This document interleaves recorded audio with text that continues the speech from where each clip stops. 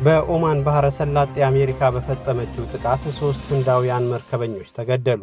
አሜሪካና እንግሊዝ ያስተባበሯቸው 22 ሀገራት ኢራንን አስጠንቅቀዋል።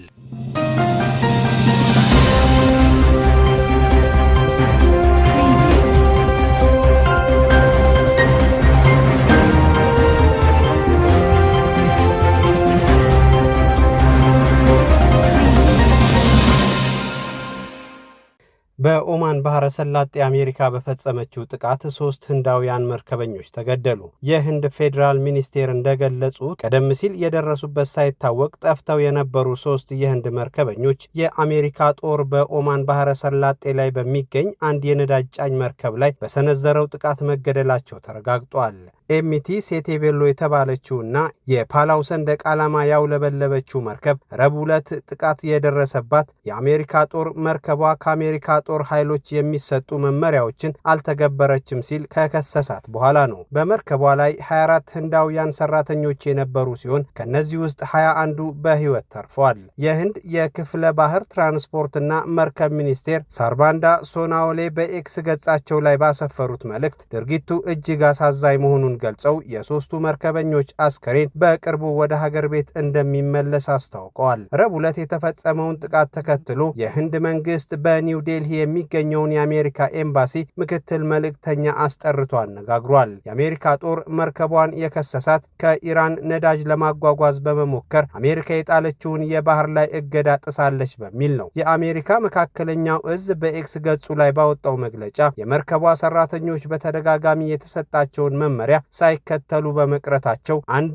የአየር ኃይል ተዋጊ አውሮፕላን የመርከቧ የሞተር ክፍል ላይ ትክክለኛ ኢላማውን የጠበቀ ሚሳኤል መተኮሱን አስታውቋል። ይህ ክስተት የህንድ ዜጎች ያሉበት መርከብ በዚህ ሳምንት ውስጥ በአሜሪካ ጦር ጥቃት ሲደርስበት ለሁለተኛ ጊዜ ሆኗል። ባለፈው ሰኞ ዕለትም ዘማርቬክስ የተሰኘችውና በተመሳሳይ የፓላው ሰንደቅ ዓላማ ያውለበለበችው የህንድ መርከበኞች ያሉባት የነዳጅ ጫኝ መርከብ የአሜሪካንን መመሪያ ባለማክበሯ በኦማን ባህረ ሰላጤ ላይ በአሜሪካ ጦር ተመታለች ሲል ሴንትኮም ገልጿል። የህንድ ባለስልጣናት እንደገለጹት በዚያኛው መርከብ ላይ የነበሩ 24ቱም ሰራተኞች በኦማን ወታደራዊ ኃይል አማካኝነት በሰላም መታደግ ችለዋል ሲል የዘገበው ቢቢሲ ነው። በአሜሪካ ከፍተኛ የዋጋ ጭማሪ እየታየ ባለበት ወቅት ፕሬዝዳንት ዶናልድ ትራምፕ የዋጋ ግሽበቱን ወድጄዋለሁ ማለታቸው ተሰምቷል። የአሜሪካ የዋጋ ጭማሪ ባለፈው 3 ዓመታት ታይቶ በማይታወቅ ፍጥነት በናረበት ወቅት ፕሬዝዳንት ዶናልድ ትራምፕ የዋጋ ግሽበቱን ወድጄዋለሁ ሲሉ ተናግረዋል። የአሜሪካ መንግስት ይፋዊ መረጃዎች እንደሚያሳዩት በግንቦት ወር 4.2 በመቶ የዋጋ ጭማሪ ታይቷል። በሚያዝያ ወር የኢራን ጦርነት መቀስቀስን ተከትሎ የነዳጅ ዋጋ ላይ ለውጥ በመታየቱ የዋጋ ጭማሪው 3.8 በመቶ ከፍ ብሎ ነበር። ትራምፕ በዋይት ሃውስ ለጋዜጠኞች እንደተናገሩት ጭማሪውን ወድጄዋለሁ፣ ቁጥሮቹም በጣም አሪፍ ናቸው ሲሉ ተናግረዋል። ለምን እንደምወደው ታውቃለህ? የዋጋ ግሽበት እወዳለሁ ሲሉ ተጨማሪ ማብራሪያ ሰጥቷል። ነገር ግን ከኢራን ጋር የተጀመረው ጦርነት ሲቆም ዋጋው በፍጥነት እንደሚቀንስ ቃል ገብተዋል። የአሜሪካ ጦር በኢራን የሚገኙ የተለያዩ ቦታዎችን ድብደባ መፈጸሙን ቀጥሏል። ረቡዕ ዕለት በዋጋ ግሽበቱ ላይ አስተያየት የሰጡት ዶናልድ ትራምፕ የአሜሪካ መከላከያ ኃይል በሚሊዮን በርሜሎች የሚቆጠሩ የኢራን ነዳጅ ዘይት ለመውሰድ በምሽት ዘመቻ ማካሄዱን ተናግረው ይህም ዋጋ በተወሰነ መልኩ እንዲቀንስ አስተዋጽኦ ማድረጉን አብራርተዋል። ይህ ግጭት ሲያቆም የነዳጅ ዋጋ ከዚህ ቀደም ወደ ነበረበት ሲቀንስ ታያላችሁ ሲሉ በዋይት ሃውስ ለተሰበሰቡ ጋዜጠኞች ተናግረዋል። የብሬንት ድፍድፍ ነዳጅ ዘይት አሁንም ከኢራን ጦርነት በፊት ከነበረው ጋር ሲነጻጸር በከፍተኛ ዋጋ እየተሸጠ ይገኛል።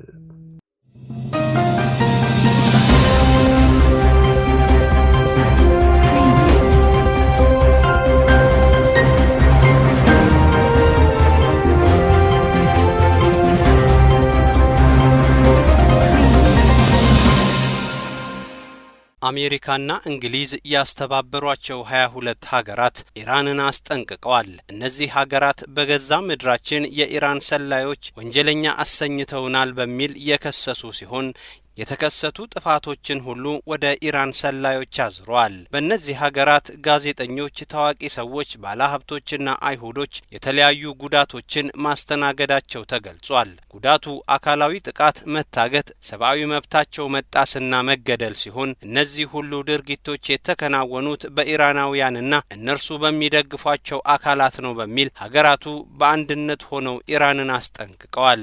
ለዚህ ማስጠንቀቂያ መሰጠት በኢራን ዜጎች ላይ የቀረበ ምንም አይነት ተጨባጭ ማስረጃ ባይኖርም ክሱ ግን በቡድንና በተናጠል ተጠናክሮ ቀጥሏል። አሜሪካ፣ እንግሊዝ፣ የሰሜን አውሮፓ ሀገራት፣ አውስትራሊያና ሌሎችም ክሱን ሳያቅማሙ የተቀበሉ ሀገራት ሲሆኑ በቀጣይ በኢራን ላይ ለሚወሰደው ሰፊ ጥቃት የትብብር መጥሪያ ሊሆን እንደሚችል የገመቱ ብዙ ናቸው። የምዕራባውያኑ የኃይል ጥምረት እንደ አውሮፓውያን አቆጣጠር መጋቢት 20 2003 ወደ ኢራቅ ካደረገው የጋራ ወረራ በኋላ ያገኘውን ውጤት ተከትሎ የትብብር መንፈሱ እየቀነሰ መጥቷል። በወቅቱ ዓለምን በሽብርና አውዳሚ የጦር መሳሪያ ያስፈራሩት የአሜሪካው ፕሬዝዳንት ጆርጅ ደብሊው ቡሽ የበርካታ ሀገራት ወታደሮችን በባግዳድ ጎዳናዎችና በኢራቅ አሸዋዎች ውስጥ ቀብረዋል። በአፍጋኒስታን የተደገመው ሌላኛው ወረራ ከአውሮፓ እስከ አውስትራሊያ ያሉ ወታደሮች ብዙ ጥፋት አድርሰው በቶራ ቦራ ተራሮች ከንቱ ሆነዋል። እነዚህ አደገኛ ክስተቶች ወታደሮችን ባዋጡ ሀገራት ሁሉ ከባባድ ተቃውሞዎችን የወለዱ ሲሆን የወቅቱን መንግስታትም አስጨንቀው አልፈዋል። ሩሲያ ወደ ዩክሬን ስትዘምት አሜሪካ የማስተባበሩን ስራ በመስራት ዩክሬንን ለማገዝ ብትሮጥም ሳይሆን ቀርቷል። ጥሪ የቀረበላቸው ሀገራትና ተቋማት የቁስና የገንዘብ ድጋፍ በማድረግ የሸሹ ሲሆን እንደ ቀድሞዎቹ ልምምድ ወታደር ለመላክ የደፈረ አልነበረም። በእርግጥ አሜሪካ በጋዛው የዘር ፍጅትም ቢሆን የትብብር ጥሪ አቅርባ የነበረ ሲሆን እንደ ዩክሬን ሁሉ በአካል የተገኙ አልነበሩም፣ በርካቶች በገንዘብ ቢደግፉም። አሁን አሜሪካ አቅልላ በገመተቻት ኢራን እየተፈተነች ትገኛለች። በትጥቅና ዘመናዊ ቴክኖሎጂን በመያዝ ኢራን ከአሜሪካን ጋር በፍጹም የማትወዳደር ቢሆንም የአሜሪካ ጀቶችና የጦር ሄሊኮፕተሮች ግን በኢራናውያን ተመተው እየወደቁ ነው። ኢራን የዘመኑ ስጋት ናት የሚለውን ትርክት በመንዛት አሜሪካ ኃይል ለማሰባሰብ ብትሞክርም የትብብር መንፈሱ ግን የቀረበውን ጥሪ ያህል መሆን አልቻለም። ይህንን አንድነት ለማምጣት ዋሽንግተን ከፍተኛ ጥረት እያደረገች ሲሆን አሁን 22 የሚሆኑ ሀገራት ተሰባስበዋል። በፕሬዝዳንት ዶናልድ ትራምፕ የፈሪ ስብስብ ተብሎ የተፈረጀው ኔቶ አሁንም ቢሆን ወደዚህ ጦርነት አልገባም በሚለው አቋሙ ጸንቷል። የተሰባሰቡት ሀገራት ኢራን ሀገራችን ድረስ ሰላዮችን በመላክ ሉዓላዊነታችንን ተዳፍራለች የሚል ወቀሳ ከማቅረብ ዘለው በሀገራችን የታፈኑ ሰብአዊ መብታቸው የተገፈፉና የተገደሉ ጋዜጠኞች፣ ፖለቲከኞችና ሌሎችም በእነዚህ ኢራናውያን የተቀነባበረ መሆኑን አንስተዋል። ይህንን ክስ የማይቀበሉት ኢራናውያን ባለስልጣናት ይህ ክስ በተለያዩ የዓለም ክፍሎች የሚገኙ ኢራናውያንን ስጋት ውስጥ ለመክተት የታሰበ አደገኛ ወንጀል ነው ሲሉ ተከላክለዋል። ይህ ክስ በተለይ በተከሰሱት ሀገራት ውስጥ የሚገኙ ኢራናውያን ዜጎች ነጻነታቸውን የሚጋፋና በስራቸውም ላይ አሉታዊ ጫና የሚፈጥር መሆኑን ቴህራን ገልጻለች። የመሰባሰቡን ጥሪ ለማጠናከር የቡድን 7 አባል ሀገራት የመካከለኛው ምስራቅ ሀገራትን እያካተቱ ወደ ስብሰባ ግብዣቸው እየጠሩ ነው። የፈረንሳዩ ፕሬዝዳንት ኢማኑኤል ማክሮን ሳውዲ አረቢያ፣ ግብጽ፣ ኳታርና የተባበሩት አረብ ኤሚሬትስን በቡድን 7 አባል ሀገራት ስብሰባ ላይ እንዲገኙ ጋብዘዋል። የአሜሪካ መንግስት በኢራን ላይ የሚወስደውን እርምጃ ለማስፋፋት በአየር ክልል ጉዳይ መቸገሩ ይታወቃል። ይህንን ችግር ለማቃለል የኢራን ጎረቤት ሀገራት ለዚህ ይተባበሩ ዘንድ በተደጋጋሚ ተጠይቀው ይፋዊ ምላሽ መስጠት አልቻሉም። አሁን ይህንን ማረጋገጫ ለማግኘት በቡድን 7 አባል ሀገራት በኩል ሊጠየቁ ግብዣ ቀርቦላቸዋል። የተጋበዙት ሀገራት በቅድሚያ የኢንቨስትመንትና በጋራ አብሮ የመስራትን የተመለከቱ አጓጊ አጀንዳዎች የሚቀርቡላቸው ሲሆን በዚህ የጓጉ መሪዎች የአካባቢውን ሁኔታ የሚቀይር አደገኛ ውሳኔ እንዳይወስኑ ተፈርቷል። ይህ ጉዳይ ውጤት ቢያመጣም ባያመጣም አሜሪካ ግን የአየር ጥቃቷን ቀጥላለች።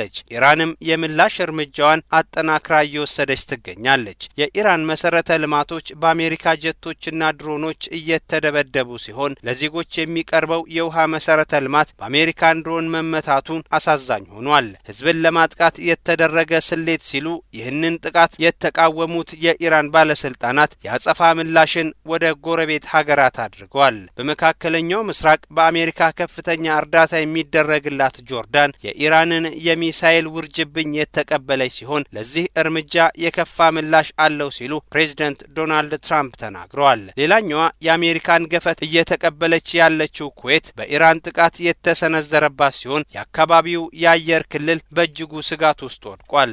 የኢራን አብዮታዊ ዘብ የአሜሪካንን ኤፍ-35፣ ኤፍ-15 እና ኤፍ-16 ጀቶችን በማጥቃት የበቀል እርምጃ መውሰዱን የተናገረ ሲሆን በጆርዳን የሚገኘው አልአዝራቅ ወታደራዊ ካምፕን ለማጥቃት 12 ባሊስቲክ ሚሳኤሎችን ስለመጠቀሙም አብዮታዊ ዘቡ ገልጿል። ኢራን ጥቃት የደረሰበት የውሃ መሰረተ ልማት በሰዓታት ውስጥ ወደ ስራ መልሻለሁ ያለች ሲሆን የ22ቱ ሀገራት ክስ የዚህን አይነት የሰብአዊ ጉዳትን መመልከት ተስኖታል ሲሉ የኢራን መገናኛ ብዙሃን ገልጸዋል። ኒውዮርክ ታይምስ አሜሪካ የወሰደችውን የውሃ መሰረተ ልማትን መምታት የራሳቸውን ምሁራን በማስመስከር ከዓለም አቀፍ ህግጋት ጋር እንደሚቃረን ገልጿል። የተቀመጡ ህጎች በርካታ ክልከላዎችን የሚዘረዝሩ ቢሆኑም የአሜሪካ ሰራዊት ይህንን እየተገበረ አይደለም። በተቃራኒው የአሜሪካ ምክር ቤት የቱንም ያህል ጥሰት ቢከሰት ፕሬዝዳንት ዶናልድ ትራምፕ የሚያቀርቧቸውን የበጀት ጥያቄዎች የሚፈልጓቸውን ቦታዎች የማጥቃት ፍላጎቶችን እያጸደቀላቸው ይገኛል። በጥቃት ምልልሱ የመካከለኛው ምስራቅ ቀጠና የዛሬ 3 ወር ወደ ነበረበት እየተመለሰ ሲሆን የአየር በረራዎች እየተሰረዙ አየር መንገዶችም ሙሉ ለሙሉ እየተዘጉ ይገኛሉ። ኩዌት የአየር ክልሏን ሙሉ ለሙሉ የዘጋች ሲሆን የሀገር ውስጥ እንቅስቃሴዎችም ቢሆኑ በአቪዬሽን ባለስልጣኑ ልዩ ፍቃድና ትኩረት እንዲሆን ተደርጓል። የየመኑ ሁቲ እየተባባሰ በመጣው የእሳት ምልልስ ውስጥ ዳግም ለመሳተፍ መዘጋጀቱን በይፋ አሳውቋል። አሜሪካ በአንዳች የኢራን ምጣኔ ሀብት ተቋማት ላይ ጥቃት የምትከፍት ከሆነ የከፋ ምላሽ ይኖረኛል ሲል ሁቲ አስጠንቅቋል። የተባበሩት መንግስታት ድርጅት በቂ ምክንያት ሳይቀርብለት የተሰናከለው የድርድር ሂደት እንዲመለስ ጠይቋል። የድርጅቱ ዋና ጸሐፊ አንቶኒዮ ጉተሬስ የመካከለኛው ምስራቅ ጉዳይ ወደማያባራ ቀውስ እየተሸጋገረ መሆኑን ገልጸው ተፋላሚ ኃይሎች ለረጅም ዘመናት የሚቆይ ጥቁር ጠባሳ ከሚጥለው ግጭት ራሳቸውን እንዲቆጥቡ ጥሪ አቅርበዋል። እየተደረገ ባለው አዲስ የጦርነት ምልልስ የሆርሙዝ ወደብ ሙሉ ለሙሉ ተዘግቷል። የኢራን የተለያዩ ከተሞች የአሜሪካን ኢላማዎች ሲሆኑ ባህሬን፣ ኩዌትና ጆርዳን ደግሞ የምላሹን እሳት የሚቀበሉ ሀገራት ሆነዋል። ኒውዮርክ ታይምስ፣ ሮይተርስ እና አልጀዚራ የዘገባው ምንጮች ናቸው።